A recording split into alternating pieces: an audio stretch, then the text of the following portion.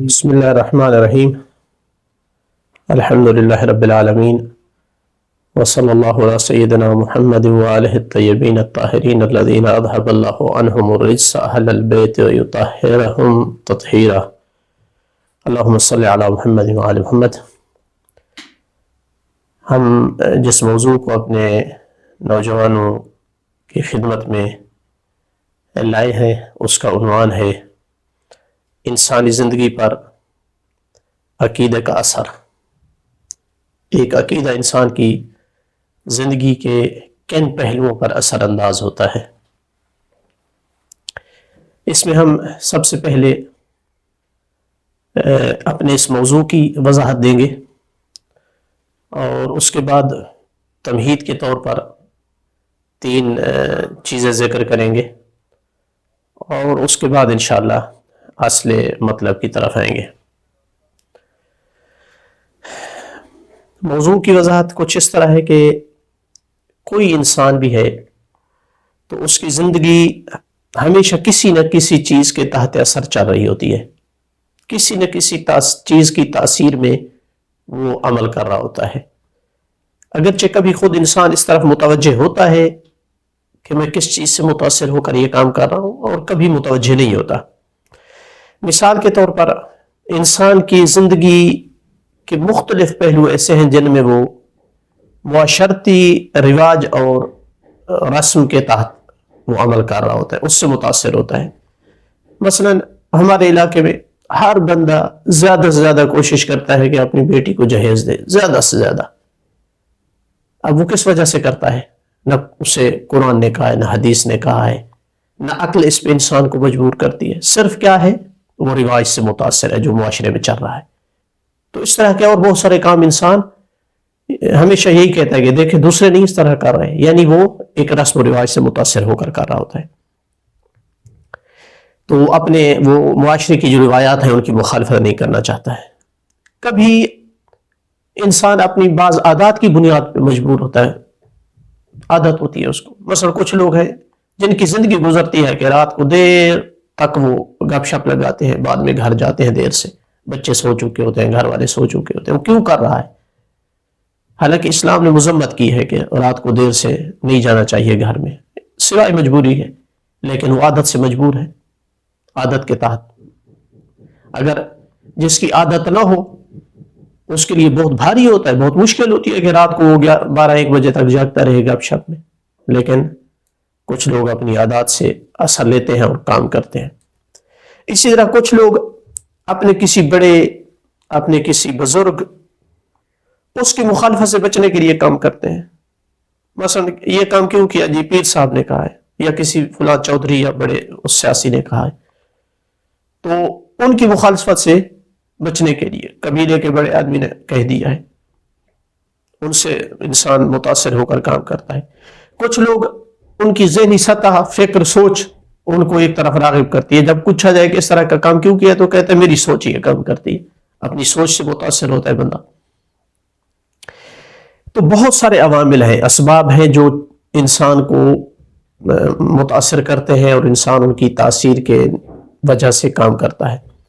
ان سب سے زیادہ جو چیز تاثیر چھوڑتے ہیں انسان پر، سب سے زیادہ اس میں پاور ہے اور تمام اسباب اور عوامل پہ غالب آ جاتا ہے، وہ انسان کا عقیدہ ہے۔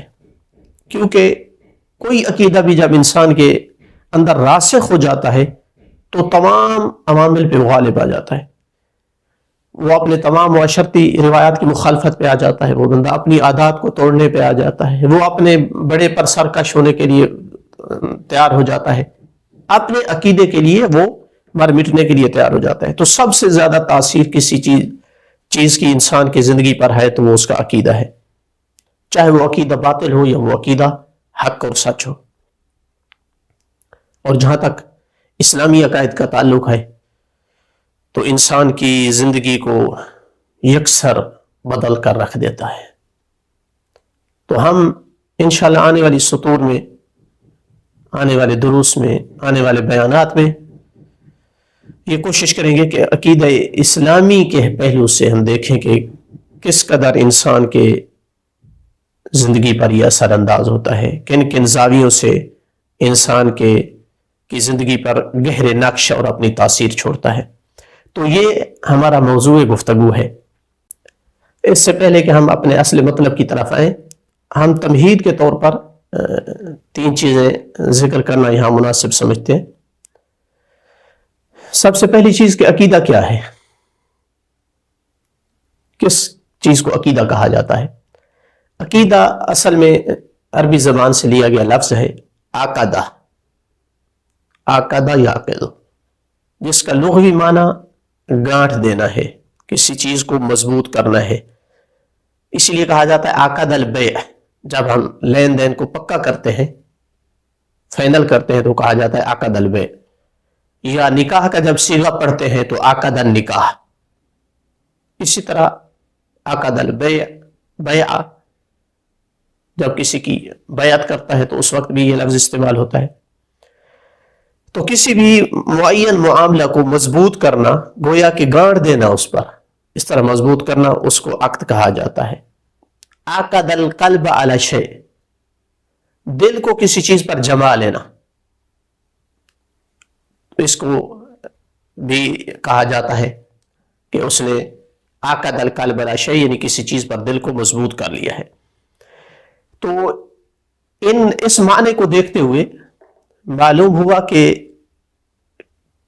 کسی چیز کا دل میں اتار دینا، اس پر مضبوطی سے ایمان رکھنا، کسی قسم کا اس میں شک نہ کرنا، اس طرح کہ گویا اس نے دل کو اس پر باندھ لیا ہے، تو اس چیز کو اس کا عقیدہ کہا جائے گا۔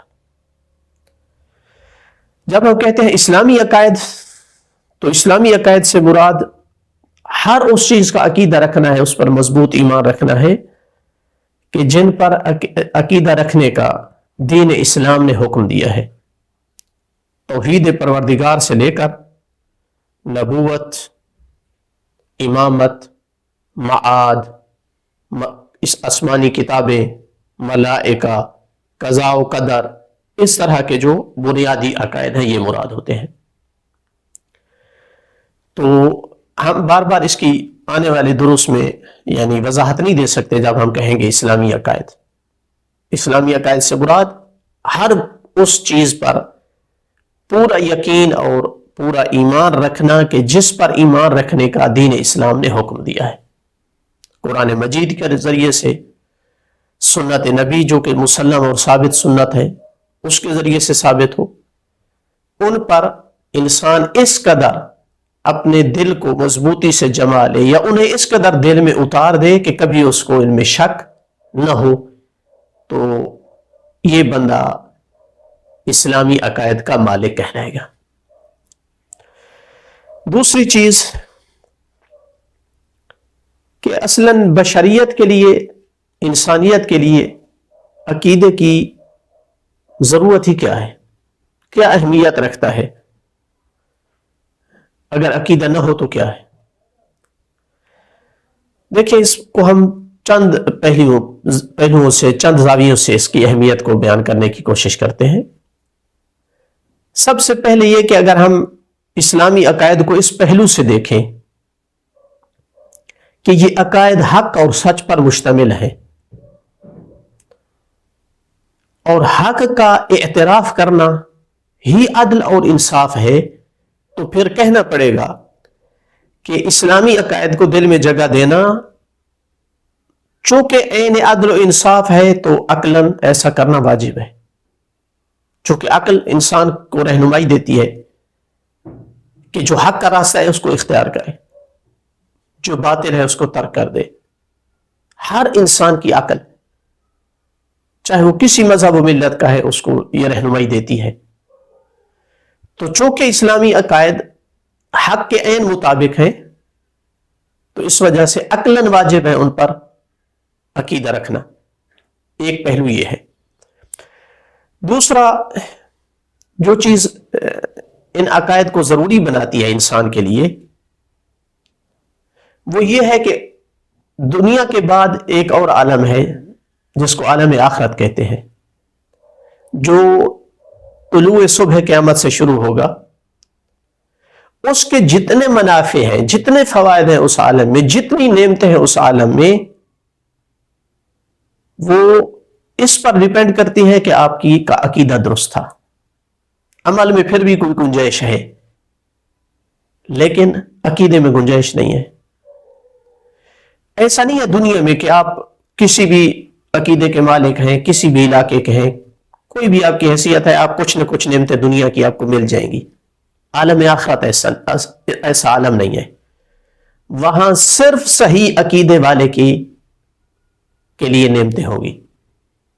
عقیدے سے فارغ آدمی، بے عقیدہ آدمی اس عالم کی تمام نعمتوں سے محروم رہے گا، بلکہ برعکس اس عالم کے جتنے عذاب ہوں گے ان کا وہ بندہ شکار ہوگا.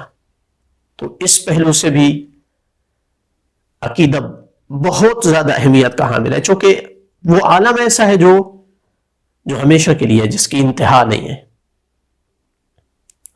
پھر تیسرا پہلو کہ جو سب سے اہم ہے یہاں جس کا ذکر کرنا، وہ یہ ہے کہ انسان کی دنیاوی زندگی کا سکون، دنیاوی زندگی کا کمال، دنیا کی زندگی سے کما حق کا بہرہ مند ہونا اسی پر موقوف ہے کہ آپ حق اور سچ پر عقیدہ رکھتے ہوں. ورنہ جو لوگ سچے عقیدے سے عاری ہوتے ہیں ان کی زندگی بے مقصد ہو کر رہ جاتی ہے. ان کی زندگی میں ہمیشہ اضطراب، بے سکونی ہوتی ہے. انہیں اپنی زندگی کا کوئی ہدف نظر نہیں آتا ہے. اسی وجہ سے وہ ہر شیطانی وسوسے، ہر قسم کے توہم، طرح طرح کے خرافات کا وہ شکار ہو جاتے ہیں. لہذا اگر انسان اپنی فطرت کی طرف پلٹ کر دیکھے، گہرائی میں اتر کر دیکھے اپنی فطرت کو، تو واضح معلوم ہوتا ہے کہ انسان کی جو فطرت ہے اس میں عقیدے کو رکھ دیا گیا ہے. اسی وجہ سے عقیدے کا انکار کرنے والا اپنی فطرت سے اس کی ٹکر ہوتی ہے، جس وجہ سے اس کی زندگی میں سکون اور بے سکونی اور بے قراری ہوتی ہے. چونکہ انسان جب بھی کسی فطری امر سے ٹکراتا ہے تو اس کی زندگی میں اضطراب آتا ہے، اور جتنا ایک فطرت کے مطابق چلنے کی کوشش کرتا ہے اتنا ہی اس کی زندگی میں وقار ہوتا ہے، سکون ہوتا ہے. لہذا عقیدہ انسان کو ضائع ہونے اور پستیوں میں گرنے سے بچاتا ہے، اطمینان و استقرار بخشنے کے ساتھ ساتھ اسے سعادت کا شعور دیتا ہے. ورنہ بغیر عقیدے کے انسان ایسا ہے جیسے ایک شتر بے مہار ہو، جیسا شریر قسم کا ایک درندہ ہو جو نہیں جانتا ہے کہ وہ زندگی میں کیوں آیا ہے اس دنیا میں، اسے کس نے بھیجا ہے، اصلاً اسے کیوں چھوڑ کر چلا جائے گا اور کہاں جائے گا، کوئی پتہ نہیں ہے. تو اس کے اور پھر حیوان کے درمیان بہت زیادہ فرق نہیں بچتا ہے. اپنے ذاتی خواہشات کی اتباع میں اس کی زندگی ہوتی ہے، ہر ظلم کو اپنے مفاد کے لیے وہ روا سمجھتا ہے. جہاں خواہش کے مطابق ہو، اپنی ہوا کے مطابق ہو، وہاں عدل و انصاف کرے گا.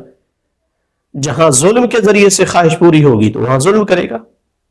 اسی وجہ سے آپ دیکھتے ہیں آج کے دنیا کے بڑے بڑے لیڈر جو عقیدہ نہیں رکھتے ہیں، ان کا دیکھیں یعنی ہر آدمی ان میں سے دجال نظر آتا ہے جس کی ایک آنکھ ہے، یعنی خواہش نفس کی اتباع میں غرق اور ڈوبے ہوئے نظر آتے ہیں. زندگی میں اضطراب ہے، تعارض اور تناقضات کی بھری ہوئی زندگی ہے. کہیں اتنے عدل انصاف کرتے ہوئے نظر آتے ہیں کہ حیوان اور پرندے کی خاطر بڑے بڑے قانون بنا ڈالتے ہیں، اور جہاں اپنی خواہش نفس سے عدل و انصاف ٹکراتا ہو تو وہاں ہزاروں لاکھوں جانیں بے گناہ ان کو ضائع کرتے ہیں، خواتین کو بیوہ کرتے ہیں، بچوں کو یتیم کرتے ہیں. تو اس لیے عقیدہ ضروری ہے کہ انسان اگر عقیدے کے بغیر زندگی ہو تو اس کی زندگی پر شہوت، ذاتی رغبات حاکم ہوں گی. طاقت اور قوت، ظلم و جبر استعداد کی بنیاد پر تسلط ہوگا. معاشرے میں عدل و انصاف اور تقوی و فضیلت کی بنیاد پر کسی کو مقدم نہیں کیا جائے گا، بلکہ جو طاقت میں بڑا ہوگا، جو چالاکی میں دھوکے میں بڑا ہوگا، جو جھوٹ بولنے میں زیادہ ماہر ہوگا. جیسے آج دیکھ رہے ہیں آپ بڑے بڑے سپر پاور طاقتوں میں طاقت رکھنے والے جو ملک ہیں ان میں آپ دیکھ رہے ہیں کہ سب سے آگے فرنٹ پر وہ لوگ آتے ہیں جو ہر قسم کی مکاری جانتے ہیں، ہر قسم کا ظلم کرنا جانتے ہیں، ہر قسم کا جھوٹ بولنا جانتے ہیں. اگرچہ اسلامی ممالک میں بھی صورتحال بہت زیادہ مختلف نہیں ہے، لیکن وہ بھی اس لیے کہ اسلام کو فالو نہیں کیا جا رہا، اسلامی عقائد دل میں نہیں اترے ہوئے، زبان سے ان کو ظاہر کیا جاتا ہے. ورنہ جس معاشرے میں اسلامی عقائد جو معاشرے اسلامی عقائد پر استوار ہوتے ہیں ان میں اہلیت کی بنیاد پر لوگ آتے ہیں، ان میں عدل و انصاف کرنے کی بنیاد پر لوگ سامنے آتے ہیں. خلاصہ یہ ہے کہ عقیدے کے بغیر انسان کی فردی زندگی ہو یا معاشرتی زندگی، اجتماعی زندگی ہو، اس میں بے قراری ہوگی، اس میں اضطراب ہوگا، اس میں بے سکونیت ہوگی.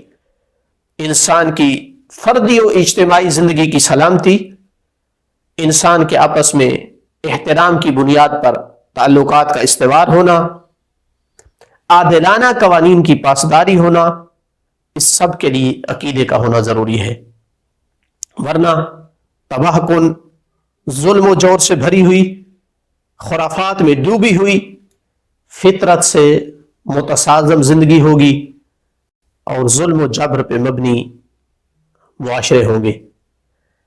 یہ دوسری تمہید تھی. انشاءاللہ اگلے میرے درس میں ہم تیسری تمہید بیان کرنے کے بعد انشاءاللہ اپنے اصل مطلب کو بیان کرنا شروع کریں گے. آخر دعوانا الحمدللہ رب العالمین وصلی اللہ علی محمد وآلہ الطیبین الطاہرین المعصومین.